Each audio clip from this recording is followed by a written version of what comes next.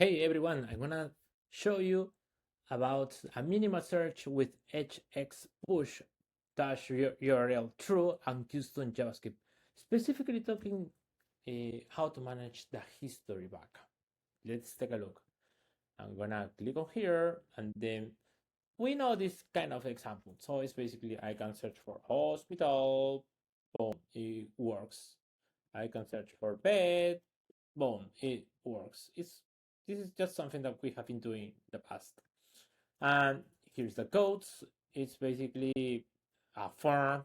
We know the form. We have an HTTP request, search hxpush.php, the target, something that nothing crazy, just the stuff we know already, right? It says true because we are passing parameters. If you don't know this, take a look at my previous videos. So this all works fine, okay? Nothing crazy. That's something that we know. PHP file is basically handles, not to be .php, but instead push to be an HTML file. Consistency in the URL. That's it.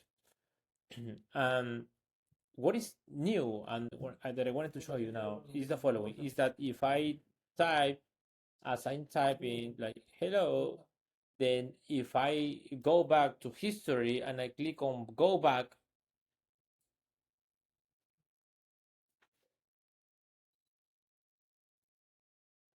not that one, wait, let me see, let me do it again. Hello, bed.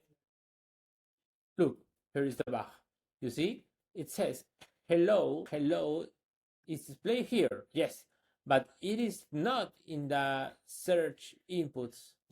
Okay, it is not in the search input, and we need to tweak it a little bit. Okay, and now for instance, if I go forward, pets, so pets here, but it's not in the search text input. We need to add a couple of JavaScript code for that. So for that, what I'm gonna be adding is the following: is basically whenever I'll show you hello, there you go, yay. So I'm gonna go back, boom, there you go. You see, it says hello. Why is that working? Because I added this, and I'm gonna show you shortly. Basically, what it says here is that whenever I'm doing a history restore, so whenever I'm clicking go back, it's gonna listen every time. It's gonna listen every time, and is what it's gonna do. Okay, what it's gonna do is the following: it's gonna populate an event trigger. It's gonna populate this function here that is basically setting the input element right here. So you could take a look right away quickly. Console log hello, going back. You wanna see quickly here, going back. Gonna type hello, yes, it's gonna go back. What? There you go. You see, that gets executed. That gets completely executed. So I grabbed that and it works all fantastic. It has been executed a couple of times. I need to tweak a little bit this JavaScript, but the idea is that with this you can capture, when you are going back. So that is amazing.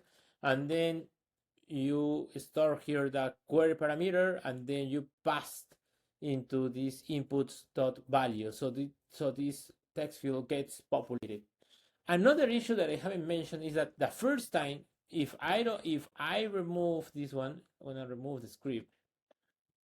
I'm gonna show you another bug that unfortunately that's not handled. And if I refresh, take a look at here. It says bet, but bet it says waiting for inputs. So there is nothing. But here is the query, right? So for that, I am adding a document event listener, which is DOM content loaded.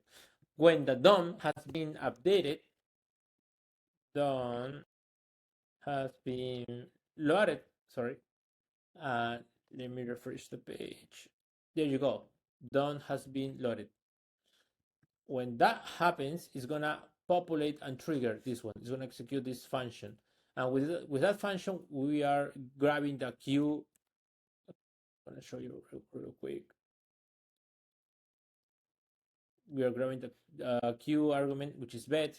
There you go, the bet, and then we are grabbing the inputs. We are grabbing these inputs, this one, and then add differential programming, and then populating here, populating basically here. That's it.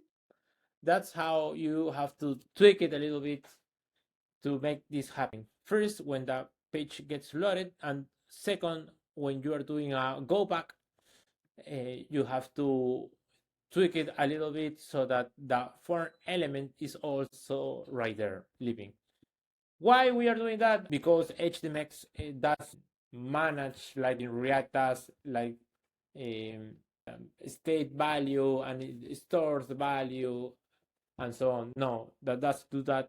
Remember, HTMX is a lightweight library, but you can tweak it with this for sure, 100%. And that's how I am showing you. If you have a searching a specific case that is not all the page going to be, a React application, but this a single page, like a search, for instance, then you don't require a big over engineer, like I've been mentioning.